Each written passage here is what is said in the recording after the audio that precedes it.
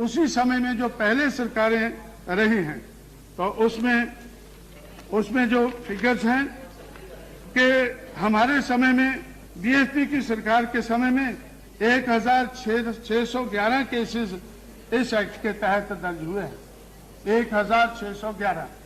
लेकिन उससे पहले जो सेंटर का रूल था तो सेंटर के रूल में इसी समय में 1737 दर्ज हुए हैं। उससे पहले इन्होंने बताया हमारे साथी ने कि मुलायम सिंह जी का रूल था, उसी समय में जब मुलायम सिंह जी का रूल था तो उसमें 2767 तो जो केसेस हैं वो दर्ज हुए हैं।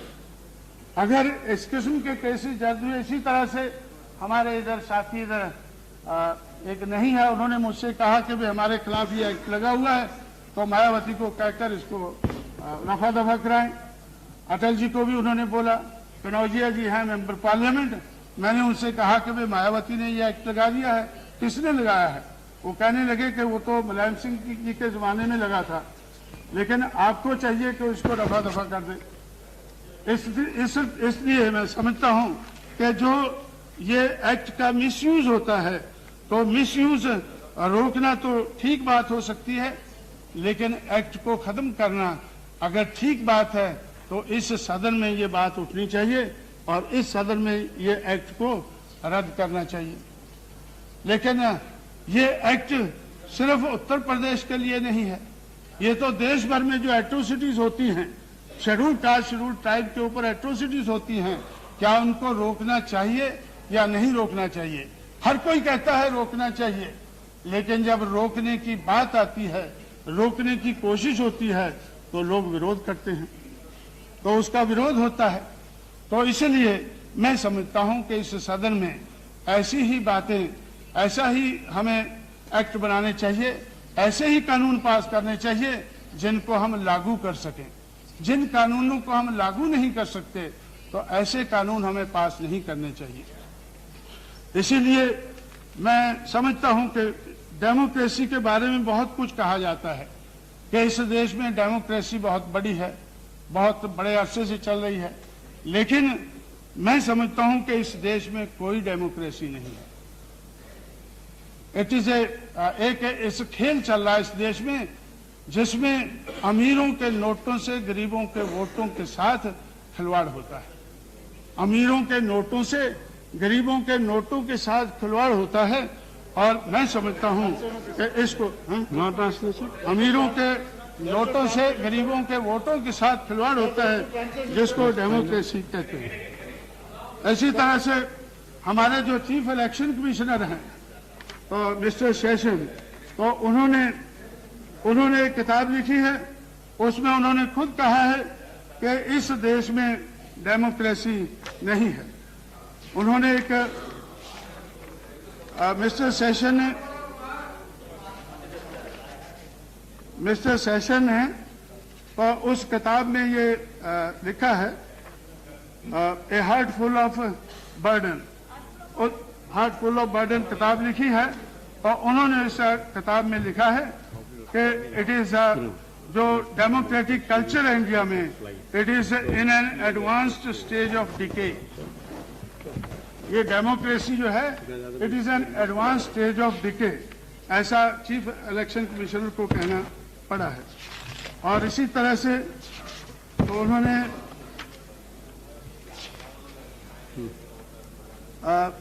और 1951-52 में तो जब इस देश में डेमोक्रेटिक प्रोसेस चलने वाला था तो बाबा साहब अम्बेडकर ने उसी वक्त कहा था कि भाई ये जो अगर अमीर के पैसों से अगर चुनाव लड़ा जाएगा तो फिर अमीरों की ही बात इस देश में चलेगी, पैसे वालों की ही बात चलेगी। और वही हम देख रहे हैं कि मनी माफिया और मीडिया का रोल बहुत बड़ा है। मनी माफिया और मीडिया का रोल इस देश की डेमोक्रेसी में बहुत बड़ा रहा।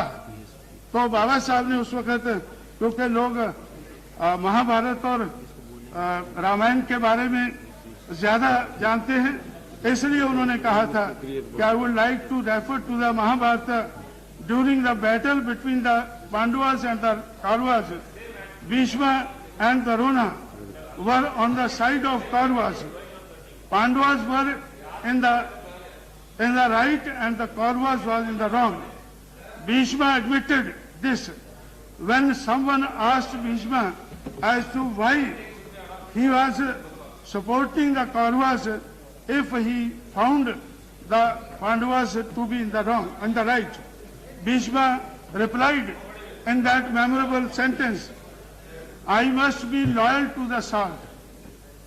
Bhishma ने कहा, I must be loyal to the salt. If I eat the food of Kauravas, I must take their side, even if they might be in the wrong. तो उस वक्त से 1951-52 से इस बात के बारे में हमें मालूम है कि अमीर के नोटों से गरीब के वोटों के साथ खेल खेला जाता है और हम इसको लोगों को, दुनिया वालों को बताते हैं कि इस देश में डेमोक्रेसी है। इसलिए तो रिफॉर्म की, इलेक्टोरल रिफॉर्म की बात बहुत चली है।